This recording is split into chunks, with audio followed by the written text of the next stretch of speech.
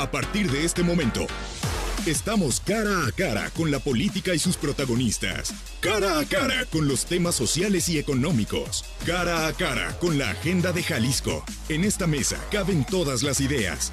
Promomedios Radio presenta Cara a cara con el periodista Enrique Toussaint.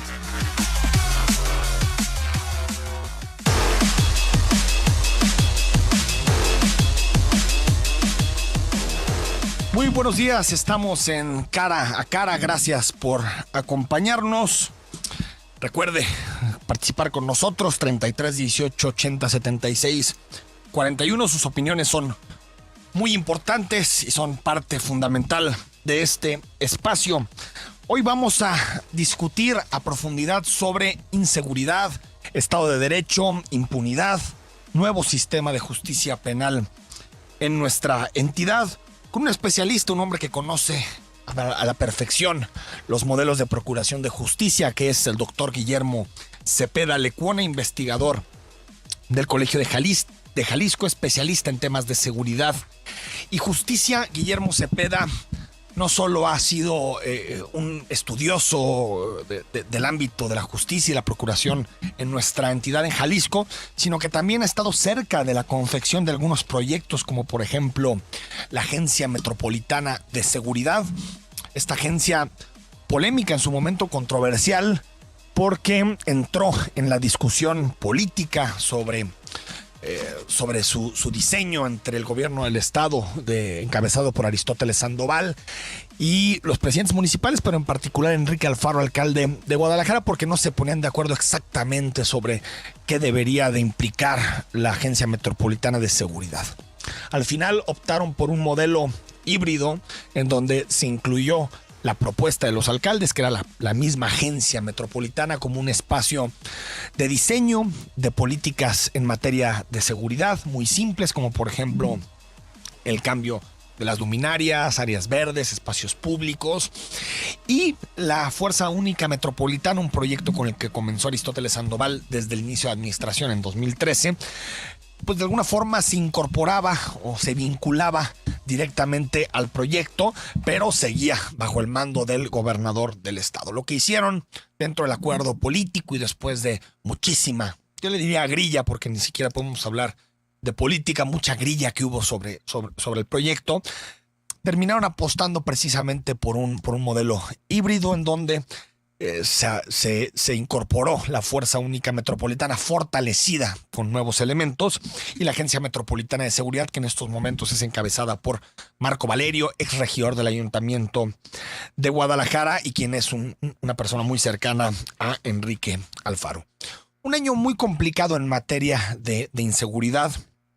Hay que recordar que en diciembre del año pasado, de 2016, se cumplieron 10 años de aquel grito de guerra, si se le puede decir de esa forma, de Felipe Calderón contra las bandas del crimen organizado. Una decisión muy, muy cuestionable por parte de algunos, entre los que me incluyo, porque el propio Felipe Calderón, cuando hace aquel anuncio que no fue, digamos, de su viva voz, él lo dijo hasta después, que fue a través del secretario de Gobernación en ese momento, Francisco Ramírez Acuña, el secretario de la Defensa Nacional, pues colocaba algunos indicadores sobre la mesa que le permitirían hablar de un éxito dentro de la estrategia de combate al crimen organizado. En primer lugar, decía Felipe Calderón que la decisión que tomaba su gobierno era para que las drogas no llegaran a tus hijos, a nuestros hijos, es decir, a los menores de edad y a esta generación de mexicanos que se encargará del país en algunos años. Sin embargo, de acuerdo al último estudio que hizo el INEGI sobre política y sobre consumo de drogas en nuestro país, nos damos cuenta que el incremento del consumo es exponencial, 65% en México, y también nos damos cuenta que ahora los jóvenes comienzan a menor edad a consumir drogas, que ha habido un incremento muy importante dentro del consumo femenino de las mujeres.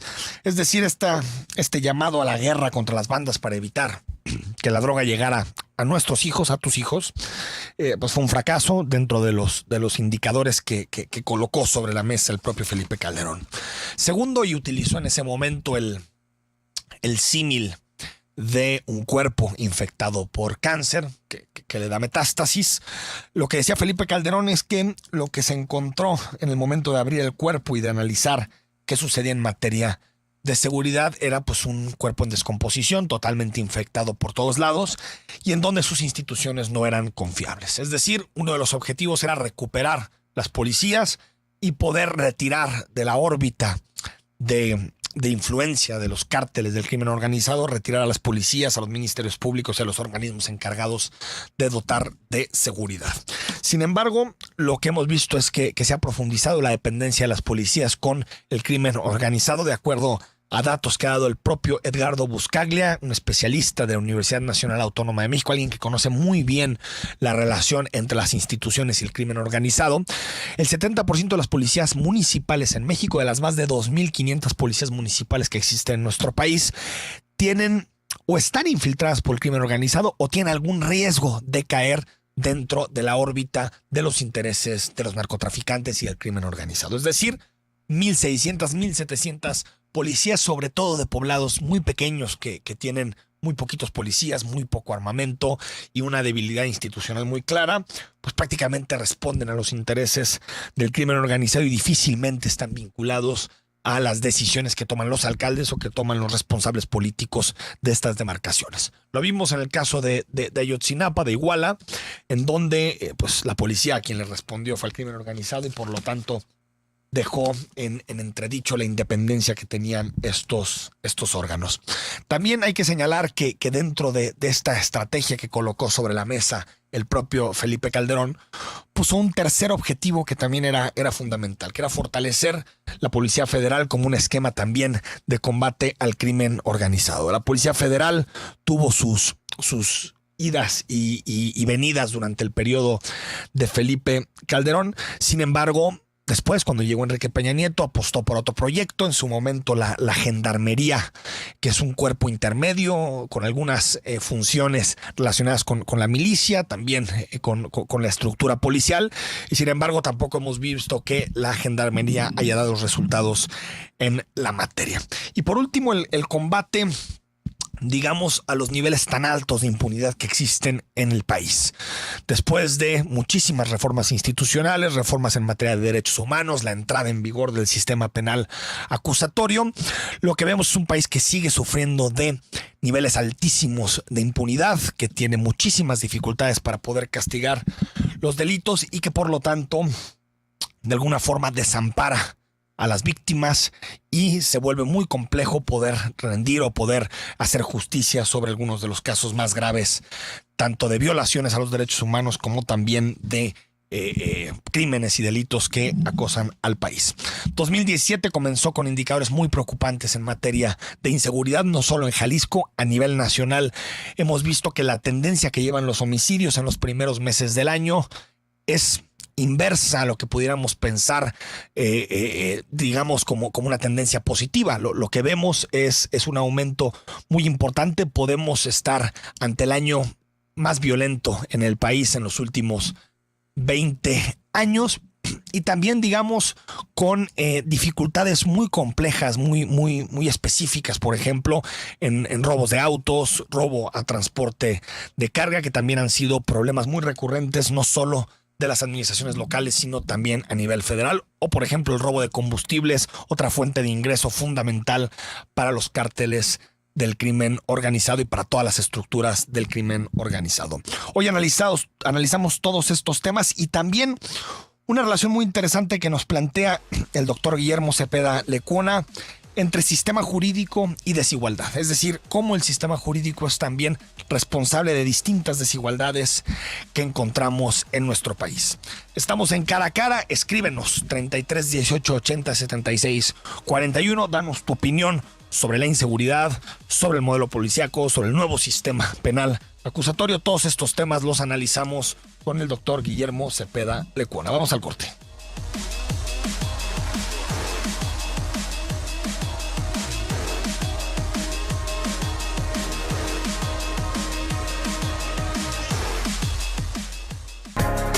Queremos escucharte. Comunícate al 3122-4200 y al 3122-4266. Zona 3, 6 años al aire en el 91.5 FM.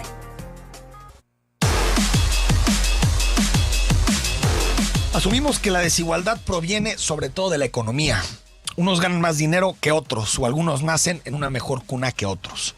O la desigualdad es política, que tiene quien tiene relaciones puede hacer cumplir sus deseos, quien no las tiene queda al desamparo de las autoridades. Sin embargo, pocas veces nos ponemos a pensar que la desigualdad también puede venir del sistema jurídico. Desde la actuación de los ministerios públicos hasta la forma como opera una figura tan recurrente como el amparo en nuestra legislación. Y cómo a su vez ese sistema produce la impunidad que carcome todo desde nuestras instituciones e infecta de corrupción muchos de los espacios de la acción pública.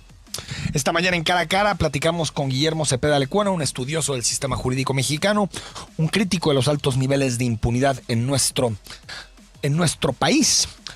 Y hablaremos también de inseguridad, nuevos sistemas policíacos, las causas de la violencia y el nuevo sistema de justicia penal. ¿Cómo estás, muy bien, Guillermo? Gracias por Enrique, acompañarnos. Qué gusto saludarte, gracias por la invitación. Platícanos de este estudio que me pareció muy interesante sobre sistema jurídico y desigualdad. Primero, ¿cómo te viene la idea de apostar por un estudio de estas características y algunos de los principales hallazgos de la investigación? Sí, bueno, pues es una oportunidad que agradezco mucho a la Fundación Impunidad Cero, que preside Federico Reyes Heroles, que este tema de la desigualdad y el impacto que tiene el sistema jurídico desde unos estudios que hice para mi tesis de maestría sobre los costos de acceso a la justicia hace ya casi 20 años, pues los traía muy, muy presentes de cómo el tiempo cuesta distinto para el pobre que para el rico. Claro. Y cómo un factor muy importante en nuestro país es que institucionalmente la desigualdad está apuntalada por las instituciones, está avalada. El sistema jurídico, una de las conclusiones del estudio es que no solo no atempera la desigualdad, sino que la exacerba.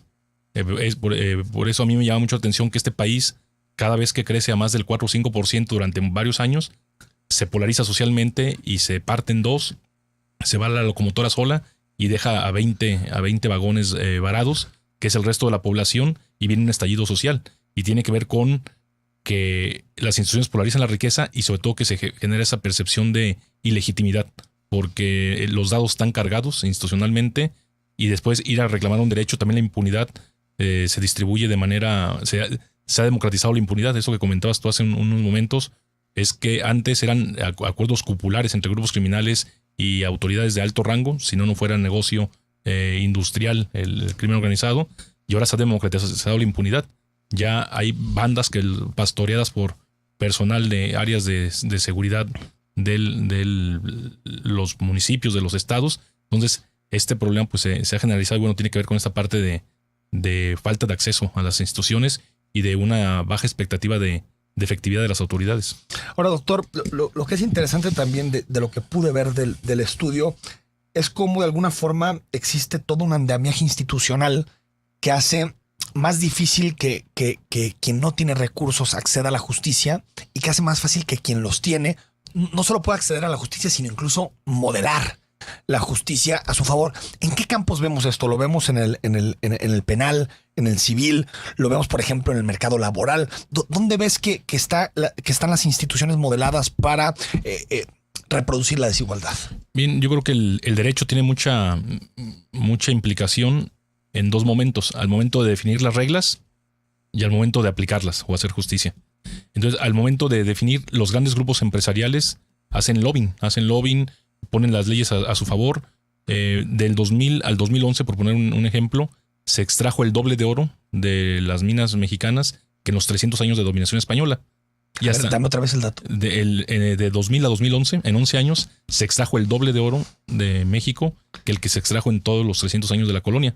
300 años, es decir, en 11 años se extrajo lo doble de oro que en 300 años de colonia. Así es. Es increíble, sí. Esa cifra es... Y había el quinto real, una quinta parte era para el rey. Sí, claro. Aquí no, en México no. Tal vez llaman mochada o... pues hasta el 2013, hasta el 2013 no había impuesto al mineral en boca de mina. O sea, entonces se extraía y vámonos para afuera. Simplemente se decía, bueno, estamos generando empleos, estamos haciendo algún tipo de impuestos derivados de la actividad económica. Y eso lo permitía el sistema jurídico. Sí, y eres una visión esta neoliberal de que no hay que grabar, sino lo mismo que se vive en las minas, ¿no? Es decir, pero son estos de que los grupos de interés, 4 mexicanos concentran el 9% del PIB. Sí. Y 2 de ellos se dedican a la minería, ¿no? Bayeres y este señor del grupo la REA, ¿no? La REA, exacto, el cobre, el rey del cobre mexicano. Entonces, y a concesiones del Estado en general, todos los 4. Exacto. Los 4 comunicaciones, todos esos grupos oligopólicos. Entonces, el estudio lo que señala es las reglas del juego. De entrada, el grupo financiero Bancomer se transfirió en la casa de bolsa y no pagó un solo peso de impuestos, porque no está grabada las transacciones en la bolsa de valores. Mientras que yo acabo de hacer una sesión de derechos de un terreno, tuve que pagar 30 y tantos mil pesos de impuestos. No se me ocurrió bursatilizarlo, pero no. no hubiera alguien que...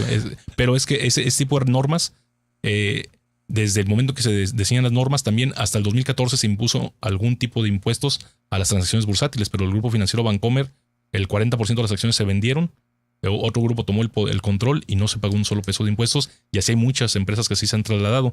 También el tema de la cancelación, en 2016, 58 mil millones de pesos se condonaron. De créditos fiscales. Sí, de créditos fiscales. Y el 96% se concentró en el 10% de las personas más ricas del país. Y se condonaron 160 mil millones de pesos también en el mismo año. Además, con opacidad, Fundar ha estado pidiendo por ley de transparencia a quién le dieron los beneficios. Y la mitad de esos 160 mil millones de pesos fueron para 36 empresas. Entonces, ese tipo de cuestiones, con esas ventajas, ¿quién puede competir? Pues somos un país de oligopolios. Entonces, en ese momento, son como decíamos, 2 momentos cuando se establece, cuando el derecho tiene mucho poder en perpetuar, incluso hasta trasladar a la siguiente generación la desigualdad, que es al definir las leyes, y ya estamos viendo que monopolios, derechos, cuestiones fiscales están blindados jurídicamente. Incluso si revisamos los perfiles, el currículum, hay muchos directores jurídicos de empresas, luego son diputados, están ahí cuidando los intereses. Las famosas puertas giratorias, ¿no? Sí, se pasan de un lado a otro y defienden los intereses de la empresa tanto en el Congreso como en su empresa, ¿no? Y están ahí porque se hacen en los grandes despachos de esas empresas las iniciativas de ley que después se van a presentar. Y no supimos que una serie de diputados negociaron desde el escaño distintos o accedieron a distintos negocios con el gobierno federal, entre ellos el quien encabezaba era un diputado de Jalisco, Carlos Lomelí, con muchísimos contratos y que tiene que ver precisamente con esto, ¿no? Cómo modelar las reglas para favorecer algunos intereses. En el estudio de Oxfam, Guillermo, que queda claro esto que tú dices, cómo existe toda una articulación estatal que lo que hace es provocar que los más ricos reproduzcan sus riquezas y que en los tiempos de crecimiento, ese crecimiento se reparta en poquitas manos. ¿Por qué no ha habido posibilidad de desmontar toda esa estructura desde los tribunales y incluso desde la Suprema Corte de Justicia? Porque por un lado está todo esto que me decías, cómo las reglas están hechas para favorecer a unos grupos. Pero por otro lado también la Suprema Corte ha abierto muchas puertas en algunos temas muy específicos. Por ejemplo, el derecho a la información contra los grandes intereses de televisoras y de grupos de comunicación. O por ejemplo, proyectos que violan derechos humanos como grandes proyectos de infraestructura donde están las minas, donde están las presas. Es decir, ¿cómo entendemos esta como especie de esquizofrenia? Por un lado, mucha legislación que está a favor de los mismos intereses de siempre, pero también otros espacios que donde parece que se puede acceder a mayor justicia, como la Suprema Corte de Justicia de la Nación. Sí, bueno, y realmente hay fallos muy importantes basados en derechos. No les gusta a los jueces que se use este verbo, pero es el activismo judicial, que sí ha avanzado en nuestro país, pero siempre es a posteriori. Es decir, primero te violan los derechos y luego los tienes que ir a defender en la corte. Y de cada 100 casos, uno llegará a la corte. Que es un significativo, ¿no? Como simbólico. Y que suele beneficiar la cláusula esta famosa Otero, que Otero cada vez que la dicen se retuerce porque él dijo que solo beneficia al que recibe la sentencia, pero que se inicie de inmediato un procedimiento de responsabilidad contra el funcionario que violó esa norma. Y solo se aplicó lo primero. Entonces, es muy bueno que haya este activismo judicial, pero que haya consecuencias. Es muy bueno que haya ya acciones colectivas, que haya efectos generales de algunas resoluciones de la Corte, pero en otros casos es solamente vía acción de inconstitucionalidad, que además los ciudadanos de a pie no podemos interponer una acción de inconstitucionalidad, la tiene que crear otro actor político, una minoría del Congreso, un partido político, la Procuraduría General de la República, son los únicos que pueden llevar a la corte estas acciones. Es bueno, pero viene con esta parte a posteriori. Y para los ciudadanos de a pie, el tema del acceso a la justicia es otro de los temas, que es, para empezar, el 1% de los más ricos del país, que concentra el 21% del PIB. Esos no les preocupa el sistema de justicia mexicano porque ellos tienen con sus palancas, sí, ¿no? tienen además cláusulas de arbitraje internacional o se someten en sus... O sea, si ven que no respetan los intereses locales, lo llevan a otra instancia internacional. Y en sus contratos ya viene una cláusula que nos sometemos a la jurisdicción de San Diego, California o San Antonio, Texas. Entonces ellos no tienen que preocuparse cuando es que llegan a tener algún conflicto de los tribunales mexicanos. Luego viene el 19% que sigue de riqueza. Ellos pues tienen muchas ventajas, despachos jurídicos a la mano. Hay un 30% de los mexicanos, los más pobres, que pues para ellos hablar de acceso a las instituciones es nulo. Ellos tienen que buscar los $2 para sobrevivir ese día. Y son los que están en pobreza alimentaria, los que están en pobreza que aparte suelen ser más presa de los coyotes y de todos los que pululan en torno al sistema judicial, ¿no? E incluso son lo que se llama trampas de pobreza, ¿no? Son trampas de pobreza.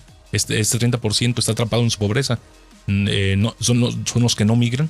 Los que migran son los del siguiente peldaño. Esos sí migran, tienen una red de tercero familias. Y cuarto decil, digamos. De la población. El otro se queda a cuidar la parcela que deja el que se va. Vamos al corte, seguimos con Guillermo Cepeda Lecuna.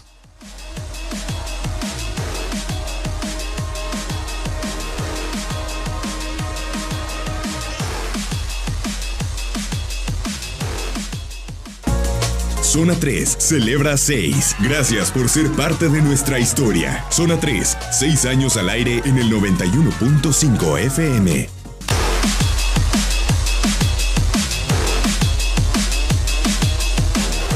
Seguimos en Cara a Cara con el doctor Guillermo Cepeda Lecuna, investigador del Colegio de Jalisco, especialista en temas de seguridad y justicia. Les recuerdo el WhatsApp 33 18 80 76 41. Estamos hablando sobre desigualdad y sistema jurídico en nuestro país. Y hablabas, Guillermo, de cómo digamos, el 30% con más pobreza en nuestro país tiene dificultades para acceder al sistema jurídico. Y se me viene a la mente una de las figuras que más aprecio existe dentro de nuestro sistema, que es el famoso amparo. Uh-huh. No sé si el amparo se ha deformado, si en este momento sirve más para proteger intereses privados que intereses generales o sociales. No sé cómo puedas calificar o clasificar el devenir del amparo en las últimas décadas. Sí, bueno, pues el amparo es una figura muy noble de los orgullos del derecho mexicano.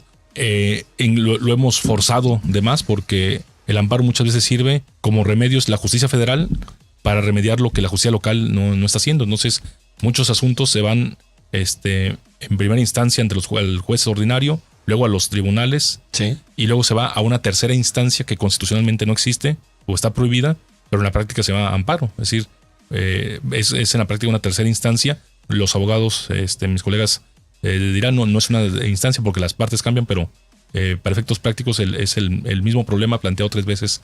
Y es ante la incapacidad o la falta de confianza o la falta de efectividad de los tribunales locales, tenemos el amparo. Entonces desde ahí ya es una gran carga de trabajo. Y por la misma carga de trabajo, el juicio amparo se ha vuelto excluyente. Tiene 26 causales que lo hacen improcedente. Y entonces y hay las áreas que reciben los planteamientos de amparo. Hay áreas de los tribunales que se dedican a eso, a batear casos. Es decir, el 77% se declara improcedente. Pero quien tiene un buen abogado, quien paga un abogado de mucho prestigio, seguramente sabe encontrar la forma para que te den el amparo o la suspensión, ¿no? Bueno, también eso lo hemos degradado a una tramitología de la suspensión, simplemente para suspender cierto acto, ¿no? Un acto en algunos casos es para algunos negocios que no tienen algunas licencias, algunos permisos o que no corresponden. Pero pronto se vuelve a través de ciertos grupos de abogados un común que ciertos intereses puedan seguir operando recurrentemente con amparos. Sí, ¿no? Porque además el amparo es intensivo en recursos que no tienen los más pobres, que es tiempo, dinero y un buen abogado. Y entonces si conjugas las tres. Sí, entonces por eso digo que es jurídicamente regresivo. Se dice que el IVA es regresivo, que es un impuesto que afecta más a los que menos tienen, porque Carlos Slim dedica consumo, es decir, paga IVA solamente de que ese era el 0.3% de sus ingresos mensuales, mientras que un trabajador asalariado dedica el 100% de sus ingresos a consumo y por lo tanto entonces, paga el 16% de IVA, ¿no? Entonces es igual, el amparo es regresivo, solamente si en los estados que hay tenencia, que se considera con algún planteamiento inconstitucional. Quien paga una tenencia de 1,600 pesos, pues no le conviene contratar un abogado que le va a cobrar 7,000 para tramitarlo. Pero quien tiene una flotilla de autos de una empresa, tal vez sí. Exacto. O quien tenga un BMW que paga 40 y tantos mil pesos. Es decir, en ese sentido el amparo acaba siendo por eso un instrumento regresivo. Un recurso jurídico regresivo. Entonces polariza y ya abre la brecha. El Telmex, el amparo del siglo es el que ganó Telmex cuando en el 97 el Estado mexicano tiene 20 años tratando de declarar actor dominante a Telmex y no ha podido. Primero le ganó el amparo a la Comisión Federal de Competencia Económica, luego a la conferencia de la Comisión de Telefonía y ahora al Intel.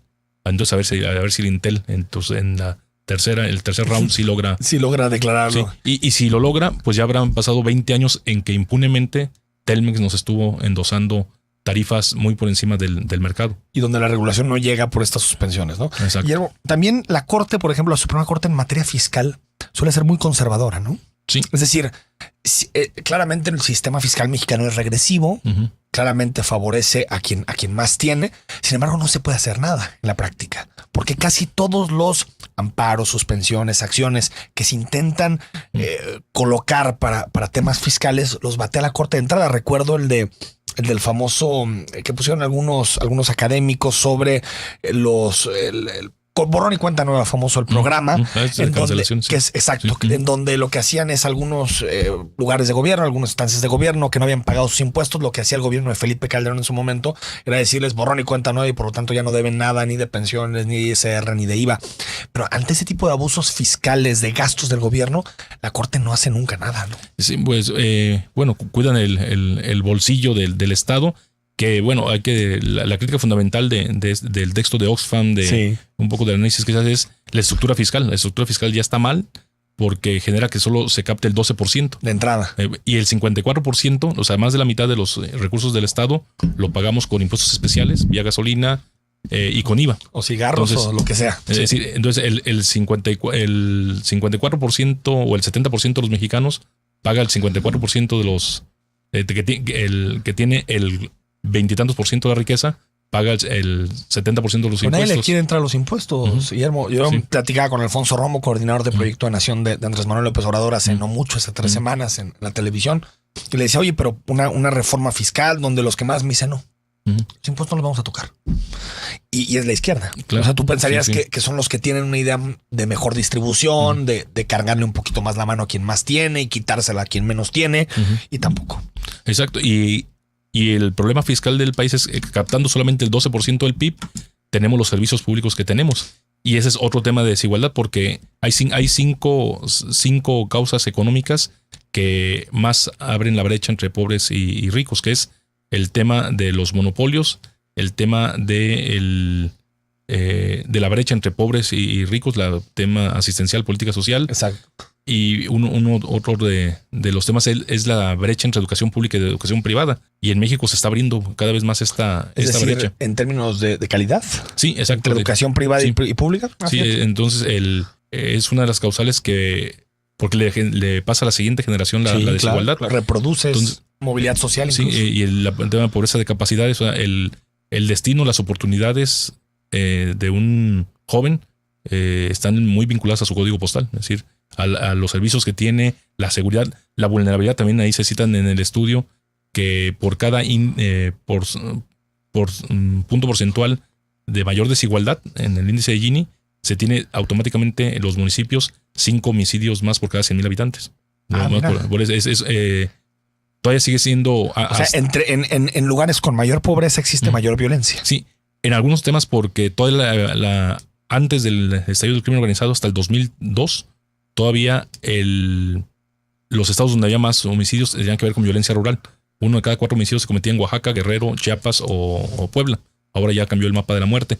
Pero todavía sigue siendo por alto Gini, tiene que ser por pobreza y marginación rural en los ámbitos donde todavía el homicidio rural es alto, o con jóvenes sin oportunidades que son carne de cañón barata para los grupos criminales. Ahora, Guillermo, entrando a los temas de actualidad, el asunto del sistema de justicia penal está generando un debate a nivel nacional. yo mi postura ha sido que los políticos han sido muy irresponsables cuando tratan al sistema de justicia, porque lo que quieren hacer es colocar dentro de la esfera del sistema, del nuevo sistema, las responsabilidades en materia de inseguridad, que ven que las cosas no van bien y por lo tanto es un enemigo al que se le puede echar la culpa y aparte no puede responder, no se puede defender el nuevo sistema. ¿Tú le atribuyes alguna responsabilidad de los indicadores que estamos viendo en la actualidad? No, al nuevo sistema de justicia penal no. A la justicia penal en general y al nuevo sistema de justicia con menor razón, porque ya lo había comentado un paisano nuestro, el doctor Sergio García Ramírez, no le pidas a la justicia penal que haga lo que no hace la justicia social. Desde ahí ya el tema de seguridad pública está en otra parte, y lo que puede hacer el sistema de justicia penal es el tema de impunidad. Entonces yo creo que lo que estábamos viendo es que ya se les acabaron las excusas que decían, no, es que vamos a reformar la policía. Tú justo comentabas, ya tuvimos Policía Judicial Federal, ya tuvimos AFI, ya tuvimos Policía Federal Ministerial. Las gendarmerías. Sí. Y podemos poner la DAP, División Angelical de Pesquisas, pero no con cambiarles de nombre, sino cambia los contrapesos del sistema.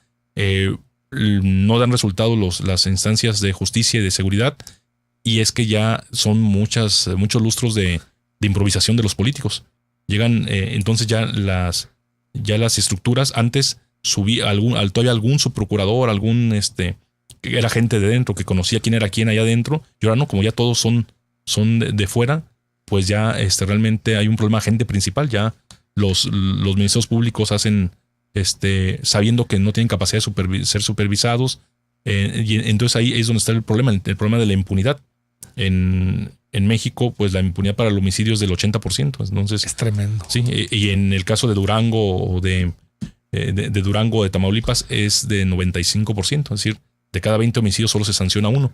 Entonces, con eso, los resultados están en la investigación, la capacidad de investigación, y un estudio que publicamos nosotros en diciembre del año pasado y que vamos a volver a sacar en la revista Este País también, con la que estamos teniendo muy, muy buena relación. El tema de la impunidad mostraba, uno de los hallazgos era que en los últimos 12 años en México la capacidad de investigación de homicidios está topada. O sea, en México no se resuelven más de 4.500 homicidios, así se cometan 10,000 como en 2001 o 22,000 como en 2011. La capacidad de este país, de los investigadores, nos da para 4.500 anuales. Entonces, si hay 50,000, 45.500 quedarán en impunidad. Sí. Vamos al corte, seguimos con Guillermo Cepeda, nos quedan algunos minutos. Comunicación interactiva. Envía tus comentarios al WhatsApp 3318 80 76 41. Zona 3, 6 años al aire en el 91.5 FM. Estamos de regreso en Cara a Cara, 33 18 80 76 41. Escríbenos sobre los temas de seguridad, justicia. Estamos analizando su relación incluso con la desigualdad.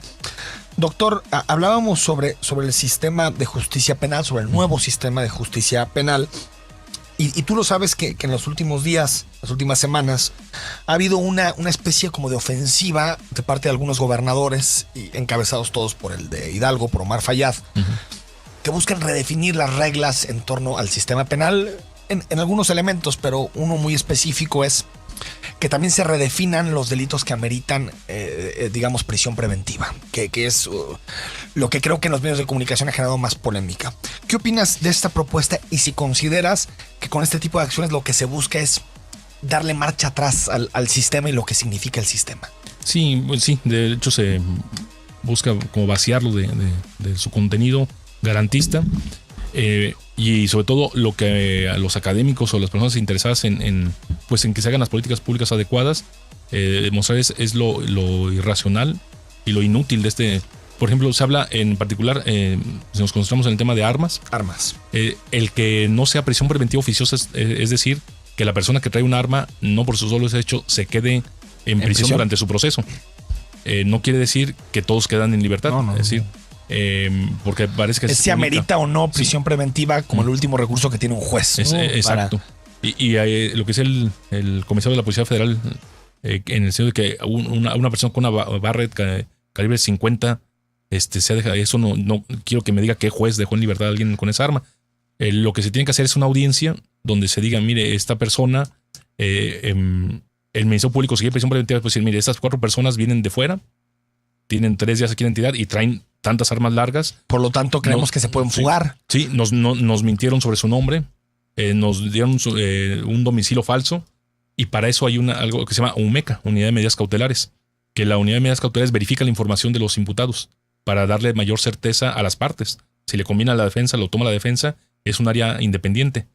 Y entonces dice, el Ministerio Público le puede comentar, mira, estas 4 personas no tienen domicilio aquí, no tienen arraigo, intuimos que no tienen buenas intenciones de traer armas. Tienen este historial. Sí, ¿no? exacto. Antecedentes. Checamos la plataforma México. Si los dejamos en libertad se van a fugar. Y el juez tendrá que ver que están fundados sus argumentos. Lo que quieren los gobernadores es volver al sistema de subsidiar las ineficiencias de la investigación. Es decir, el que simplemente digan, me trae una arma, con las implicaciones que eso podría tener de que se empiecen a sembrar armas y que con eso ya garantizas que se quedan en prisión. Entonces es un problema mediático, porque ahora resulta que el problema no es que hay 15 millones de armas en el país, sino que ha habido 5,000 casos de portación de armas en el año. En el año pasado y en un año, 5,000 asuntos, 5,600 casos de armas. Y solo le dieron prisión preventiva a 1,200. Y parece que es el problema, que hay 4,000 casos frente a 15 millones de armas. Entonces, desde ahí es ya, ante la inoperancia de las políticas públicas, pues hay pirotecnia legislativa. Pero que en realidad, exacto, como lo dices, doctor, tendría que estar los gobernadores comprometidos con ministerios públicos que investiguen, que sepan investigar, que prueben cuestiones, con jueces que dicten conforme a derecho, con policías que detengan, respetando los derechos humanos, pero parece que ese debate no existe. O sea, lo que existe es cómo le hacemos legislativamente para que el nuevo sistema pierda esta parte garantista y que le salve la chamba a los políticos, porque es eso, ¿no? Es decir, que con mucha facilidad y casi con una llamada telefónica, el gobernador en turno pueda decir quién está dentro y quién está fuera, ¿no? Es más una decisión política para salir del paso de los problemas actuales. Sí, como ya tienen, yo creo que ellos mismos también ya les da un poco de vergüenza estar diciendo, vamos a proporcionar a la policía porque tienen 15 años diciéndolo. Entonces ahora tienen que inventar, no, es que el nuevo sistema es el culpable. Y los medios, Guillermo, los medios nos hemos prestado, yo no, porque siempre he tratado de ser muy, muy responsable con el nuevo sistema, porque me parece que es la vía adecuada y como todo cambio de paradigma implica muchísimas cosas, e incluso que nos adaptemos, que sepamos cómo se defiende la inocencia, todo lo demás. Pero sí, muchos medios de comunicación, por ejemplo, el caso del Kevin, que se popularizó como una especie de símbolo del fracaso del nuevo sistema penal. También los medios tenemos que aprender, Guillermo, a entender qué significa la reincidencia, cuándo sí, cuándo no, qué significa la prisión preventiva, por qué el hecho de que alguien no pase o no tenga que pasar su juicio en prisión también ayuda a despresurizar las cárceles. Es decir, es toda una nueva pedagogía en materia de combate al crimen, ¿no? Sí, y que del Kevin, de esos 12 arrestos, 9 fueron en el viejo sistema. O sea, no es, mira, ese es un buen dato. Sí, no es tema del nuevo sistema. Porque en el viejo sistema también los dejaban libres. Sí. Acuérdate las pugnas entre el procurador y el secretario de Seguridad Pública, que se echaban la bolita de eso, ¿no? Sí, siempre ha sido ese el tema. Y la situación es de que es esa persona, porque otro problema muy grave es que ni siquiera a veces llegan ante el juez. El Ministerio Público los suelta por exceso de trabajo, por pánico a la sala de audiencias. Dice, no, este es un caso menor. ¿Qué voy a ir a hacer ante un juez que luego me va a regañar? Entonces hay mucho. No me traigas casos que no puedes probar. Sí. Y en el tema de portación de armas, cuando uno ve las sanciones, uno se da cuenta que no son no predomina el tema de las Barrett o de los calibres 50, porque las sanciones, el 50% de las sanciones por portación de armas es de menos de 3 años, que equivale a conmutar por una multa. Es decir, si las personas no están en prisión preventiva, nunca pisarán en la cárcel, porque el Ministerio Público pues quizás era una persona, un empresario cansado de asaltos que trae un arma para su protección, se equivocó al no pedir una licencia. Pero que no ameritaría estar en prisión, podría pagar una que fianza, demuestra que no es un criminal, que no tiene antecedentes penales, que es un calibre, y entonces en las sanciones se ve, pero lo que están como el cuento de Alicia en el País de las Maravillas, los políticos dicen primero la sentencia y luego el juicio. Sí, ¿va? Sí, en vez de investigarlos para detenerlos, los detenemos y luego los investigamos, aunque el resultado suele ser un fiasco en el tema ya pero mientras los tuvieron en prisión preventiva como espectáculo público. Doctor, se nos acaba el tiempo. Agencia Metropolitana de Seguridad, tú estuviste cerca de esta discusión, de este debate. No sé si lo que ha pasado con la Agencia Metropolitana es lo que te imaginabas cuando participaste incluso en el diseño y confección de este modelo. Bueno, al principio se buscaba ser realmente una agencia policial, con todos sumando esfuerzos. Cuando finalmente se dio esto, que realmente es un área de análisis de políticas y de propuesta de políticas, pues sí hubo cierto desencanto, pero por otra parte yo prefiero un modelo híbrido, un modelo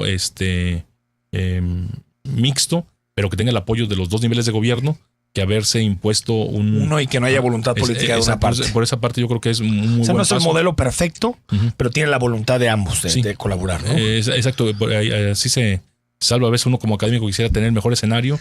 En este caso, qué bueno que se esté trabajando en las buenas prácticas. De hecho, creo que hoy se instala el Laboratorio de Políticas Públicas de la agencia y que ya no parte de cero, ya tiene mucho material. Estuvimos nosotros en su momento cuando participamos reuniendo buenas prácticas, así, como siempre hemos dicho aquí. ¿Para qué inventamos el agua tibia? Hay que reunirnos el área de atención a víctimas de Nuevo León, el Sistema Estatal de Justicia Alternativa de Baja California, la Unidad de Medidas Cautelares de Morelos, que en el tema de las armas, una nota al pie de página, la federación no tiene UMECAS. Entonces, una propuesta más fácil, en vez de reformar el código, es decir, que los estados les presten sus UMECAS a la federación para que haga estos análisis de quién sí se debe quedar por portación de armas y quién no. Pero como no tienen UMECAS, que verifiquen un domicilio, que chequen, se pide prisión preventiva para todos. Entonces, este tipo de buenas prácticas es muy bueno que la agencia metropolitana las tenga. Para concluir la conversación, Guillermo, el gobernador mandó una propuesta de reforma a la Fiscalía General del Estado, donde de alguna forma acepta que el modelo que propuso desde el inicio de su administración no ha dado los resultados que quería. Y también se discutió la autonomía dentro del sistema estatal anticorrupción. Y hubo una especie como de desencanto porque pensamos que los diputados podían ir más allá. No sé qué análisis tienes de lo que aprobaron los diputados en el nuevo modelo de fiscalía. Sí, yo estuve 4 semanas en trabajo de campo. Le pude dar un seguimiento a través de internet, pero creo que se trató de cumplir el plazo constitucional, algo que no solía preocuparles mucho a los legisladores, pero sí se da un modelo en el tema de la terna, pues le resta, porque de no reunirse la mayoría, pues se pueden suplir por el gobernador. Esto, pues tal vez más participación social faltó, ¿no? Sí, y para realmente garantizar la autonomía, yo en general del modelo del sistema anticorrupción tengo reservas estructurales en cuanto a que pues hay figuras penales administrativas. Y se llama Guillermo. Sí, por favor. Es el argumento, pero bueno, en términos generales creo que falta esta parte y ojalá y los políticos apuesten y saquen las manos de la decisión y lo pongan realmente en alguien que pueda dar buenas cuentas a la sociedad. Ahí está la prueba de fuego. Gracias, Guillermo. Nos vamos hasta mañana en Cara a Cara a las 9. Puntualidad informativa. Canal Continental de Noticias. Cada hora.